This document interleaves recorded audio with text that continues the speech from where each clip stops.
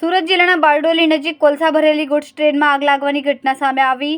પ્રાપ્ત માહિતી મુજબ સોનગઢથી દાહડુ રોડ તરફ જઈ રહેલી ગુડ્સ ટ્રેનની બોગી નંબર 15403માંથી અચાનક ધુમાડો નીકળતો જોવા મળ્યો।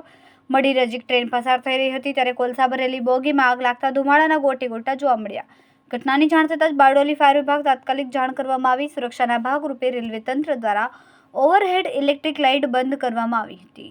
ત્યારબાદ ટ્રેનને બારડોલી રેલવે સ્ટેશનના પ્લેટફોર્મ નંબર 1 પર લાવવામાં આવી હતી, જ્યાં ફાયર વિભાગની ટીમે પહોંચીને આગ પર પાણીનો છંટકાવ કરીને પરિસ્થિતિને કાબૂમાં લીધી। સમયસર કાર્યવાહી થતાં મોટી દુર્ઘટના ટળી। ઘટનામાં કોઈ જાનહાનિના સમાચાર નથી। મારું નામ અક્ષયભાઈ એમ ચૌધરી છે।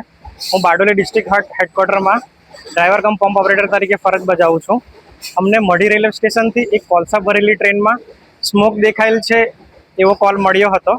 તો અમે બારડોલી રેલવે સ્ટેશન પર એ ટ્રેન પહોંચી ત્યારે સલામતીના ભાગરૂપે ત્યાં પાણીનો છંટકાવ મારી સ્મોક પર કંટ્રોલ મેળવેલ છે। કેમેરામેન સેનલ વિરાણી સાથે વિશાલ છેઠા, માનવ પ્રભા ન્યૂઝ, સુરત। અમારા વિડિયોની નવી અપડેટ મેળવવા માટે સબસ્ક્રાઇબ કરો માનવ પ્રભા ન્યૂઝ ચેનલને।